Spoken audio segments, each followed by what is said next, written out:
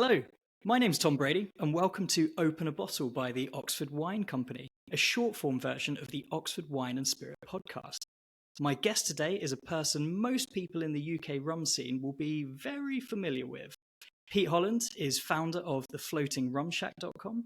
He's a spirit judge for the IWSC, and he's the global brand ambassador for that boutique rum company. Crucially for today's discussion, Pete is the UK brand ambassador for the Foursquare Distillery in Barbados. And so today, he'll be very much spinning that plate. Pete, a very warm welcome to the podcast. I hope I got all of that right. I was wondering if you could start today by telling our listeners at home all about your role with the Foursquare Distillery and the kind of things you find yourself doing on a day-to-day basis. Absolutely. Hi. Thank you very much for having us, Tom. My pleasure to be here. How did I get involved with Foursquare? My background is engineering, so not booze at all. However, I started a blog. The blog did reasonably well, got some notoriety, got me around, got me introduced to people. But it also kind of focused the way that I like to think and talk about rum in general, and the way I want the rum category to be seen. I made the decision that authentic rum was the only kind of rum that I was going to entertain, and I think this kind of put me in the right mindset, but also availability. Richard Seal at Foursquare, it's a company that is surprisingly small in some respects in terms of like volume sales globally. You know, they're not huge, not the smallest gang, but they're not massive.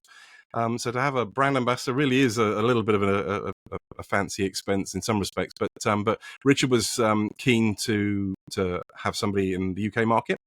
It's not necessarily a full-time job, as was, but I guess because we're aligned a purpose of educating. I mean, I've learned so much from Richard Seal over the years that it's kind of crazy, and I still consider myself to be very much a student as far as Richard's concerned, and it's it's very cool. So it was good. It was time that the world of rum had moved on sufficiently that it was time to start talking about rum in a more grown-up kind of manner. And I'm not saying that Richard was necessarily the first, because there have been rum brand ambassadors previously, but rum brands that are taking that education first kind of lead, and so it's awesome. I love getting around the country, talking to primarily on and off trade, so bars, restaurants, and retailers about the brand, making sure they understand the brand, and then other consumer events, or consumer-facing events as it goes. But brand education. With a view to kind of how, what is authentic rum? What are the markers of authentic rum? What are the markers of Barbados rum? And making sure that you know exactly why Dawley's 5 tastes different to Dawley's XO, for example. That's also quite important, little details like that. So, yeah, out and about all around the place, and very much at the beck and call of Marussia Beverages, who are, of course, the importers of Dawley's and Foursquare rums as well. So if they need me, they shout, I get in the car and go. For anyone out there who isn't familiar, do you think you could give us a bit of an introduction, firstly to the island of Barbados, and then secondly to the distillery itself? Yeah, so Barbados is found in the Eastern Caribbean. If you've not been there before, but if you take a path from the UK down, you follow down through down the side of Europe, you hit West Africa. You're around about the Seychelles and Madeira, and if you sort of go across from there, across the Atlantic, one of the first ports of call you'll see is Barbados, but as a consequence, I mean, it was one of the first islands that was sort of spotted by Westerners as they were looking for the New World and the Indies. And so there's a long history there, and it dates right back to 1600s. Well, spotted in the 1500s, I suppose. 1600s onwards. The Spanish didn't want it. The Brits soon afterwards did, and so there's been a lot of activity there. Rum, as we would know it, I mean, sugarcane spirits possibly existed pre what I'm about to say, but rum, as we kind of know it in the modern era, was really created for the first time in Barbados. I would suggest it's not a brand-led thing to say that. It's there are records of a captain drinking rum with another fellow on board ship in the early 1600s, sort of just off the coast of Barbados. So rum existed, but there's a fantastic set of almost curious set of fates that come together for Barbados. Current as much as anything in the oceans, the geography of its location. It's geographical location in terms of geopolitical, and then opportunity. Sugarcane's grown on the island, has been grown for a long time, but without the Dutch sort of being pushed out of Brazil, having nowhere else to kind of rock up. Someone rocked up in Barbados. You have all manner of other techniques and technologies coming on board, but also demand in the market. The UK, Britain didn't really have a spirits industry of its sorts, of any kind, or a booze industry of any kind. And so once you start creating something and you have a market for it, then you start selling it, and that means you get good at it, and so the efficiency kind of steps up as well. So rum's been made in Barbados for a long time. Other islands, Jamaica and other places followed very, very quickly along, each with their own regional style. Foursquare Distillery itself is relatively new in comparison to some. I mean, it was built in the mid 90s on the site of a closed sugar factory. Foursquare has been making sugar. Well, they've been making sugar at Foursquare for many centuries, 1700s onwards, really. It closed in the 80s because of so many places that make sugar around the world. Unfortunately, the global economy doesn't want to pay any money for anything. They want the cheapest price, and so then it goes to the biggest forms of manufacture. It's a very sad model, unfortunately. And so the sugar industry in Barbados really is clinging on in the modern era by its last toenails almost, trying to hold on. Either way, the site closed. However, because to make sugar you need a natural source of water, there is a spring there that is one of the primary sources on the island. I mean, Barbados is fairly flat, and they don't have a lot of rivers and things like that. And so you're tapping into rainwater that's sort of sunk down through the coral makeup of the island. So the water is beautiful, naturally filtered. And so it's the perfect place to do it. So modifying what was a sugar factory, which had underneath them, I think there's huge molasses tanks that were for storing the molasses that were the byproduct of sugar production. What to do is kind of clean them, and they were ready to go again. And so we can then when they're bringing the molasses in, they put them in there to then draw to things. So column still was installed, pot still was installed a few years later. Start making what we know in the modern era as a single blended rum, so a blend of pot and column distillates. So with similar sort of characteristics to Barbados rum in sort of over the last century or so, that blended rum style, but in a newer way. And Richard Seale draws, I think, very much so. He draws on history and tradition for inspiration and for guidance, but isn't afraid to use modern technology to improve and refine. And the one thing I hear him say so much is that control of the process is key. Richard's pot still distillation batches, they're not fast. He could do them faster, but then he wouldn't have quite so much control over the distillate that he collects from it. So, the column still, twin column setup, just like Anais Coffee would have done right back in whenever it was, 1731 or 1831, 1832. Oh my God. What do you say? It's been a long morning already. But that same twin column setup, that's exactly what they've got there. They have an extra column if they need to produce something like cleaner or lighter spirit. But for making rum, it runs in 2-column mode. But the difference being they run it under a vacuum. So it's that modern refinement of the process. Why run it under vacuum? Well, lots of reasons, mostly so you don't have to cook. You don't have to cook the wine quite so much. You don't produce so many off notes. Simple things that you produce. And so the pot still ran conventionally. They were double retort pot still, but they installed a year or so ago a double retort pot still in the Caribbean style, but also that runs under vacuum. I mean, like who? I mean, it bakes the noodle. I mean, like when I first got, how do you get the rum out if it's under a vacuum? How does it come out? But all these little tweaks and refinements for the same purpose. So, not afraid of trying new things, but making rum in a typically Barbadian style, I would say. If you look from the top, that's the trouble. When you look at Barbados as an island, each of the producers on the island has what you might say like that kind of that sort of style, but when you look at each of the other producers, they each have their own refinements that set each other aside from each other. So it's exciting. It's exciting times, and who knows what's going to be coming out next? So many cool things, I'm stepping away from the conversation on Foursquare, but I think it's really exciting what's happening in Barbados at the moment. I mean, I think there's an argument to be had to say that in even sort of 10 years' time, this concept of a Barbados style of rum, a blend of pot and column stills, it could be completely defunct. There's more distilleries opening up. You've got distilleries using sugarcane juice to produce their rums, and a whole wave of new ideas coming about. I mean, that's got to be pretty exciting, right? It is, yeah. And I think the from what we understand, the folks that are looking to open up have the same mindset of, we're going to do it, but we'll do it properly. I mean, say Richard's been making rum from sugarcane juice, or from syrup and then sugarcane juice for a number of years now. They've just not really been released, other than the occasional almost inconsequential volume in terms of outrun size, the long fermentation types. But these are this is something that will be released when it's ready, to quote Richard. But others are taking that idea of I'm excited that in general we are trying to remind people that rum is a characterful spirit, that that there is a depth of flavor to it, that and that it isn't neutral spirit. So much of what's sold in the mainstream is, let's be honest, sugarcane vodka. It's inexpensive and it's light in character. But folks are saying, no, actually, we want to work with sugarcane because this is what would have been done many moons ago. I mean, the Barbados style a few centuries ago would have been molasses, cane juice, dunder, skimmings, all these things, making something that would have been really quite a characterful flavor in terms of fermentation. But then how you distill, it shapes it. I mean, honestly, it's exciting times. Genuinely, very, very exciting times. I'd like to see if I could look forward 10 years. It would be super cool to see where we got. The way that life goes at the moment, I mean, literally, it feels like 10 years is going to go by like that anyway.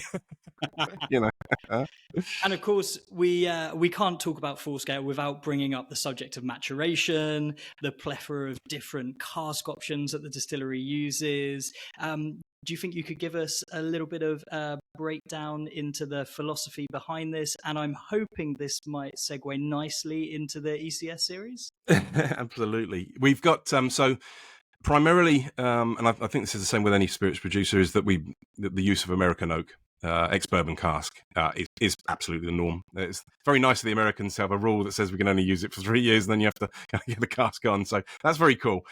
So primarily ex-bourbon cask. Richard uses Jack Daniels for relationship reasons, but also because of quality and sort of consistency of supply, which is quite important. When you're running a business, you need some sort of production that sort of some sort of stabilized thing. So so the casks come in, they'll get used for rum, they'll get reused, they'll get eventually those bourbon casks will be scraped, toasted, charred, and effectively a rum cask that's been recycled into being used again. So that the cooperage on the island at Foursquare is reworking that. But the one thing I think that Richard that got to very quickly, and this is true of when they really look to export for first parties, using other casks. Other producers have, but I think Richard has been using them for a lot longer than most. And I'd say that in generally in the world of rum. Dawley's XO, for example, when it came out, a dual maturation, went ex-bourbon and then into Oloroso sherry casks, thinking, well, this is Richard's first creation of a blend. This was thinking that we could produce something that maybe folks outside of the world of rum would understand. Whiskey people have heard of finishes or whatever in Oloroso sherry, but Madeira, Richard has a lot of sherry casks, he has a lot of Madeira casks. Barbados has that connection because of back to the days of sail, Madeira being the last port of call before you go across the Atlantic. Lots of Madeira wine ended up in Barbados. And so when you see Richard, you ask him talking about Madeira casks, he's got a love for Madeira casks and the rum that comes from it. I mean, you only need to drink Dawley's 12 or Dawley's 14 to get that influence of Madeira cask, but so much more. Cognac. Calvados may be coming very soon to the market. Calvados cask matured rums, as well as all manner of wine casks. So Syrah, Zinfandel, Sauterne, Pedro Jimenez, even for the first bit. For a long time, Richard said he wasn't going to do Pedro Jimenez because so much damage has been done to the rum world through folks using Pedro Jimenez as an excuse to badly sweeten their rums. But but even though he's like, I'm going to cut some of that. Carver cask coming at some point. I mean, Carver? What? Really? Wow. These are things. So, I mean, there's 24 different cask types. And Richard's very much looking to the refill. I mean, I know that Calvados has a little bit more to it, but and Chilean Syrah is also not necessarily trade route, kind of natural trade route, but Richard's a shrewd businessman. He knows that wineries spend a lot of money on very expensive white French oak casks, and so if you can get them secondhand and they've been pre-seasoned that are also excellent, well, that's not a bad thing. You shouldn't miss these opportunities if you could. And again, it's relationships as well. But we love it. I mean, like a port cask rum is just delicious. There's a beautiful combination of flavors, and so there's lots there. Richard doesn't need to rush. The family-owned business is such that they don't need to put something out. They're not under any pressure. There's no board level going like, so what are you going to be releasing on Q1 this year or Q2, whatever it is like that. It's like when something's ready, it's ready. Some of the little parcels of casks that I've got. So, just recently there's been acquisition of old bodega sherry casks rather than casks that are prepared for the spirits industry. And of course, these are small parcels. And so these small parcels are no good for the regular release. You couldn't use them for the production Dawley's XO, of which is a big outrun. So the little parcels maybe get used in the little ECS releases, where the volume of the bottlings is a little smaller, or even some of the Vellier ones. So the ECS releases are where Richard gets to really enjoy himself. I mean, like, it's very nice having the Dawley's range RL seals that sell consistently. If you see a Macor on the bottle, it's always available in the market, kind of thing. But the ECS ones, like starting with the 1988 vintage, all that time ago, feels like a lifetime ago now, a way of doing something, releasing something a little different. ABVs are different parcel of flavors and things. And they've taken on a life of their own now. I mean, it didn't seem that long ago that being able to buy a bottle of ECS after release was relatively easy. But now we're all in the bun fight of trying to get something new on release day, because the popularity of the trust. I work for the company. You know that I'm an enthusiast of the company. If you've met me, you know I'm an enthusiast. But it's that bond of trust that's been built up over the years, that Richard releases stuff and we kind of know that it's going to be good, but also we've had many years of buying rums that have been just generally delicious, and so we throw ourselves on the mercy of the retailers, like, please, can we have one? I need one. Can you hold one for me? And we have one coming out very, very soon as well. So which hope would be the Foursquare 2011. Is that a segue? Did that work? I have a sample of in my hand. Excellent segue. I think it's about time to pour, right? Oh dear, But I held on to one for me. Just I've been doing tastings really, where I've been just sharing it. One bottle, I can make one bottle work very hard as a brand ambassador. I can share it widely, but I kept a little bit back just for this occasion, because why not? No, it's very much appreciated, and thank you so much for sending it. I think when I first got in touch, I was suggesting sort of cracking open one of the earlier releases, but it's always great to have something that's just about to knock on the door, right? We're talking right at the end of April in 2024, and hopefully it'll be on our shelves very, very soon. Very soon. Yeah, we're waiting for confirmation as we wait for Mauricio. So this might age like milk if something else comes out in between. but I'm pretty confident. So a lot of the ECS releases have these wonderful, weird and wacky names, and I really want to ask you about this in a minute. But the 2011, this is a vintage release. Yep. The last year it was 2010. Is this something that Foursquare are planning to do every year? So Foursquare have done this for a while. The very first ECS release was the 98 vintage. There was a little gap, and then 2004, where it sort of took on the form as we know it now, the single blended. 98 vintage was column still only, because 1998 they only had a column still. They didn't have a pot still. So there's a format. So the vintage one are all ex-bourbon maturation, and then the modern era are 12 years old and 60% ABV, and they've all been quite different in profile. This might not continue. As I think Richard likes to push back a little bit when he feels like someone's pigeonholing him. He goes like, okay, maybe time to change it then, because nobody wants that kind of vibe. But so there might be another, possibly. I couldn't possibly comment, but this might be the last. You never know. Wow. Might be. Possibly. So let's get into it. Don't worry though, there'll be other rums. We won't be short of rum. It'll just be called something different, Oh, wonderful! Wow, all about that. Let's get into it. So I'm hoping I'm running saying this is a molasses-based rum. I mean, if very much so, barking up the wrong tree otherwise. This is obviously a blend of pot and column. Can you tell us a little bit about what's going on in fermentation when this sort of thing's made? Yeah, absolutely. So actually, it's given the diversity of flavors that come from Foursquare, it is kind of surprising to think that there's only one fermentation. Richard uses a standard yeast, and so the molasses fermentation is sort of up to 47 hours. You make a starter, get that going, you add more molasses, more water, you feed it, and you get to quite large volumes of it. But that molasses wash will be allowed to rest a little bit, sediment purposes, but some of it goes into a pot still, some goes into the column still, and there's one mark of distillation each as well. So one pot still mark, one column still mark. They're actually pre-blended, so you make a light mark and a heavy mark. So mostly column, bit of pot still, and vice versa. The exact proportions, don't ask me. I don't know. I don't ask, because Richard wouldn't tell me anyway. These are the bespoke, the secrets of the distillery. So you lay down these heavy and light marks, but they're laid down in ex-bourbon cask in the form of, and of course these casks might be in different conditions in terms of use. But this is the nice part. So the fermentation, you create something to start with, you make the alcohol, but then you allow the alcohol to mature in different conditions. A brand new cask that's just arrived in has got lots of energy about it still, lots of extractables. But something that's been used a lot, there's less extractables, but maturation is more than just extraction. There's so much more going on. And so then how you take the different marks and blend them together. So these are, the vintage is described as a blend of light and heavy marks. But in the case of the vintage, they all are ex-bourbon. And the nice thing is that really, the more time I spend with the company, the more I realize that the power of blending really is something quite, it's remarkable. 2004 and 5 were quite different to each other. And then 6 was the Velier release. So 7, 8, 9, 10. 10 was really chocolatey for me. I don't know whether that was something that you got. And I've never noticed that in a vintage before. But this has I find it really interesting. There is definitely a character to each of them, but then very much for me, there's always that kind of Foursquare DNA running through.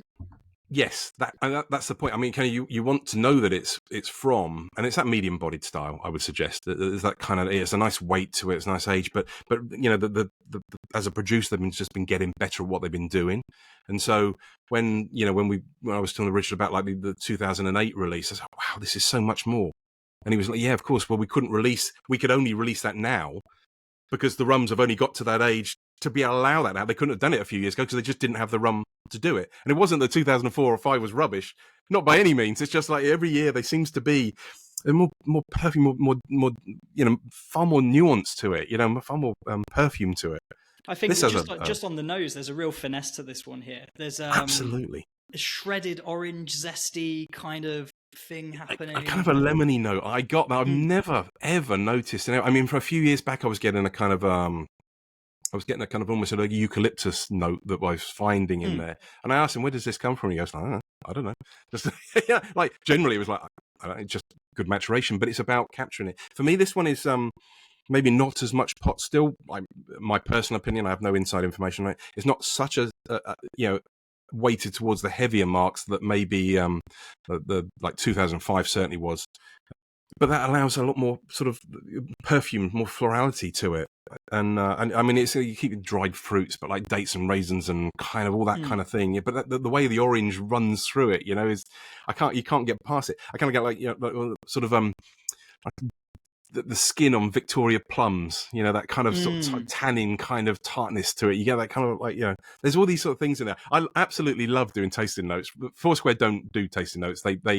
It's a company policy that we don't want to tell people what you taste. And I've been in rum clubs where I'm sat there listening to the brand ambassador and so-and-so's telling me, and at this point you should be getting all this, because they're almost kind of reading it off by rote from the sales sheet. Well, that everyone loves a bit of Inception, right? Well, we all just, you all taste very differently. And I've sat there and I've kind of well, so-and-so's saying this, and I'm not getting that at all. Does that make me bad? Does it mean I'm not tasting it?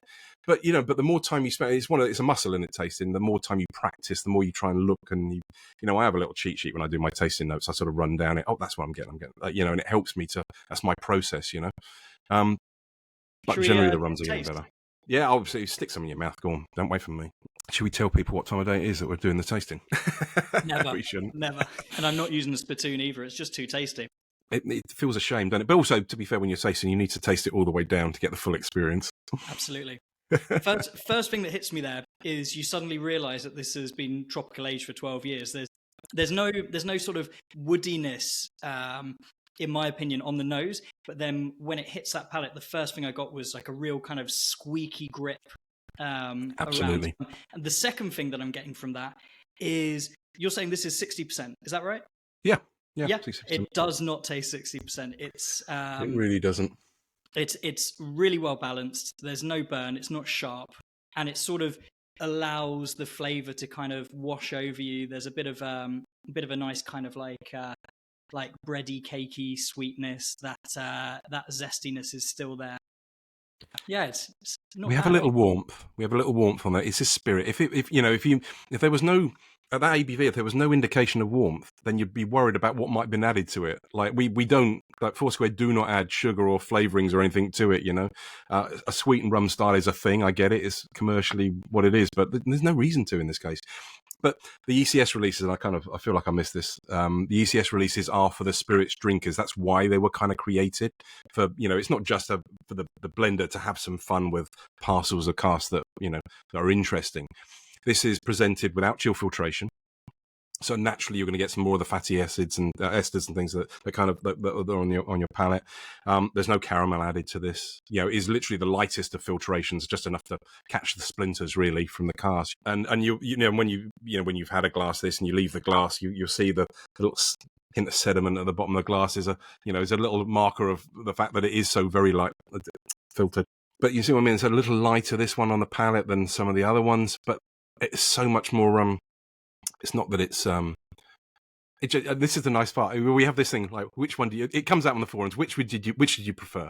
And I always kind of spend a lot of time with the latest one because that's the natural thing. But you have fond memories of one or the other, and it's not to say that anyone's bad. To say that to pick one over another is not indicating the previous were bad. The top end is all very good. It's just that one of them speaks to your palate more so than something else has, and that's lovely to find that rum. I think it's really interesting actually that this one. I don't know about any other markets, but certainly in the UK market, this is kind of coming after the Covenant, which I think was almost the complete opposite, or as far as it could possibly go to be the complete opposite. The Covenant I found super heavy. I mean, if I were to guess, I would think there's a lot more pot in there. It had that sort of richness to it. Also, the oldest, really full bodied. It was the oldest distillery bottling at 18 years old.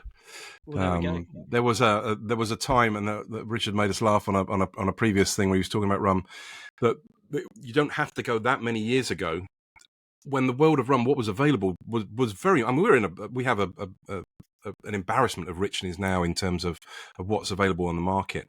But there was a period of time in their production life where they thought, well, who would buy anything older than 10-year-old rum? And so he was aging it to 10 years and then taking it out and putting it into stainless. This is kind of the way they do. They age up to a certain point, so they can make their 12-year-old and their 14-year-old marks. And so they have stock Madeira at 14 years old in stainless. But then there was a little bit of, actually, well, maybe there is a market. I mean, can you imagine thinking there isn't a market for 10? But that's how the rum world was. I mean, he's right on the edge of what's viable commercially and things. But this is, what's happened in the rum world? Who's pushing who? The like the UK market, for example, or Europe in general, Americas. We're very keen for more. Yeah, we'll take whatever he puts out because so he trusts that he'll sell it.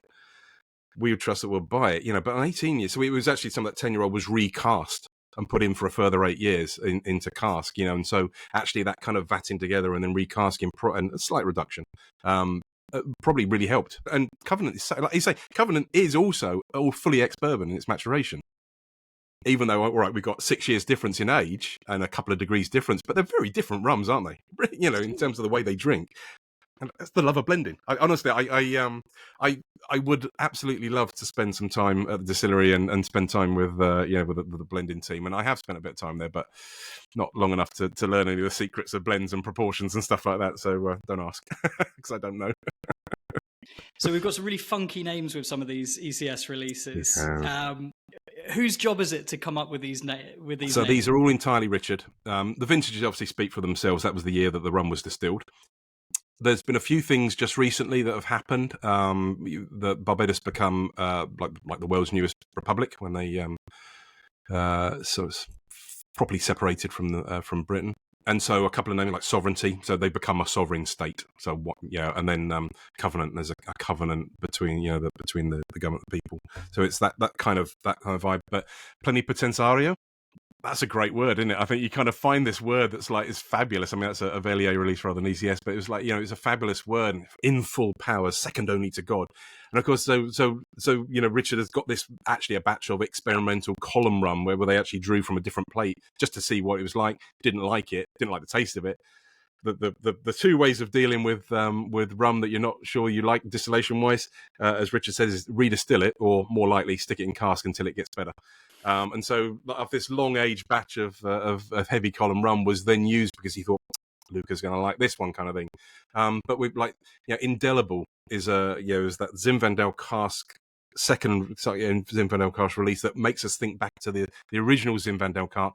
That really, we've got, all of us got so many happy memories of that original Zinfandel cask release, which was young and only 43%, but absolutely fabulous. And so that Indelible, and there's just so many things. So sometimes he finds a word and thinks that's a great word, I'm going to use it. Sometimes the rum suggests the word in comparison. And there's a lot of it is about trust as well. I mean, equipoise, which will be later down the road, is very much that kind of thing. So Richard likes to put a little note on the back of the bottle if you get the thing. So equipoise, a state of balance, and I think that's that's the vibe. I love that. I think that's really good. Absoluto is the next Velier one that comes out, and that's got port cask. I don't think we'll ever get anything that's just cask, because like port cask or Zinfandel cask, that's it. There'll be no more like that. Everything will be there. Plenty more words in the dictionary, so Richard says. So we're not going to run out of those yet either. But yeah, a mix of like Rue Table. Like honestly, as brand ambassador, I have to wait for Richard to say it first time so I can hear him say it. So then I know that exactly. Because I've heard people say redoubtable like many times. It's a thing, but Rue Table, that's what he says. Right? Okay, that's Richard saying it. There we go. Oh, that's nice. I mean, I think I've been calling it redoubtable myself, to be honest. Well, I try when I do the sales sheet. I try to, in the case of that, I'll try and write it phonetically and put it on the thing. But of course, you have to hope that it gets out or someone listens to me or whatever it might be. So there is some interesting words, and I know that I butchered plenty Potentario, and I'm not Italian. I've butchered all manner of languages around the world. So apologies to any Italian listening to me on that case. So, any final thoughts on the 2011? I think that, again, this is going to be one of those ones that and this happens, if you've not come across Foursquare rums before, that if you consider yourself to be like a Scotch drinker or a Calvados or any kind of like an authentic spirits drinker, and you're dabbling with rum, if you get the opportunity to try it, it's our goal really is in the UK is to make sure that as many bars get opportunity to put a bottle on the back bar as possible, because a bottle of rum has 14 doubles in it. And that could be 14 more people that could be trying our rum for the first time, So if you don't, I appreciate I'm talking to a retailer right now, but if you can't get it in retail, do keep an eye out on the back bar. And I know that Oxford Wine also look after the retailers very well in their area. But the opportunity to explore. So if you are a fan of the brand, you're not going to find this. You're going to find it very much speaks to your Foursquare, but for something different. If you're trying it for the first time, trust. I do get folks that kind of say that they're concerned about 60%, and if it really does work out that probably you and I are a little bit more used to high proof liquor than some, but if it does feel a little bit warm on the palate, you can always add a little water to it if you feel like you really need to. You don't need to; it's been reduced already, but don't be afraid. Of course, once you put the water in, you can't take it back out again, so don't do it straight away. Try it neat. But I think it's going to it'll continue to bring people into it, and it's so delicate and lovely. And I think you're absolutely right. And I would be absolutely remiss if I didn't bring up Raoul's in Jericho in Oxford, Tim Fitzgibbon. They've gone through a bit of a tough time. They closed for COVID, and it took them a very, very long time to reopen again. But one of the surprising benefits of that is that Tim was astute enough to hang on to the old ECS bottlings from way back when, which means when they opened up again, I don't know if it was last year or the year before, we came in and they had a lot of these bottles still on the back bar, and these are unicorn ECS releases that you will not see anywhere else. So nice glass of Dominus awaiting you if you take the time to go along and visit. Well, there we go. So head to Raoul's if you're ever in Oxford, and you can have a bit of fun, to be honest. Yeah, absolutely. Pete, thank you so much for your time. I really, really appreciate you coming in.